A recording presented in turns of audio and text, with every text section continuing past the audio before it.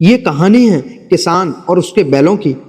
हल खींचते समय यदि कोई बैल गोबर या मूत्र करने की स्थिति में होता था, तो किसान कुछ देर के लिए हल चलाना बंद करके बैल के मलमूत्र त्यागने तक खड़ा रहता था, ताकि बैल आराम से यह नित्य कर्म कर सके। यह आम चलन था।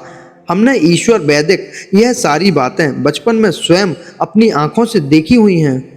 जीवों के प्रति यह गहरी संवेदना उन महान पुरखों में जन्मजात होती थी, जिन्हें आजकल हम अशिक्षित कहते हैं। यह सब अभी 25-30 वर्ष पूर्व तक होता रहा है। उस जमाने का देसी घी यदि आजकल के हिसाब से मूल्य लगाएं तो इतना शुद्ध होता था कि 2000 रुपये किलो तक बिक सकता है। उस देसी घी को किसान विशेष कार्य के दिनों में हर 2 दिन बाद आधा आधा किलो घी अपने बैलों को पिलाता था। वहीं खेत में टिटहरी नामक पक्षी अपने अंडे खुले खेत की मिट्टी पर देता था और उनको सेता था। हल चलाते समय यदि सामने कहीं कोई टिटहरी चिल्लाती मिलती थी, तो किसान इशारा समझ जाता था और उस अंडे वाली जगह को बिना हल जोते खाली छोड़ देता था। उस जमाने में आधुनिक शिक्षा नहीं थी, सब आस्तिक थे।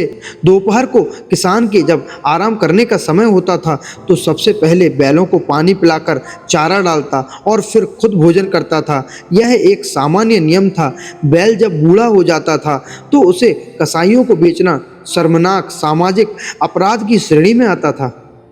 बूढ़ा बैल कई सालों तक खाली बैठा चारा खाता रहता था। मरते वक्त उसकी सेवा होती थी।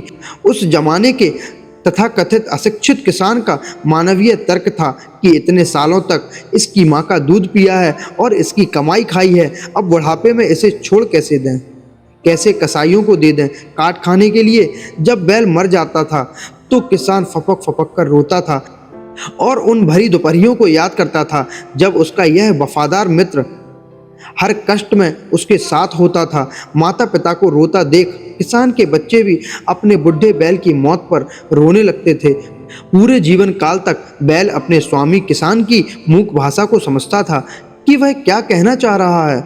वह पुराना भारत इतना शिक्षित और धनाढ्य था कि अपने जीवन व्यवहार में ही जीवन रस खोज लेता था। वह करोड़ों वर्ष पुरानी संस्कृति वाला वैभवशाली भारत, वह अतुल्य भारत था।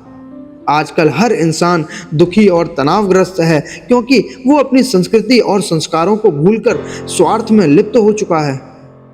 दोस्तों, मैं इस कहानी को यहीं खत्म करूंगा। यदि आप चैनल पर नए हैं तो प्लीज़ सब्सक्राइब करें, लाइक करें और शेयर करें।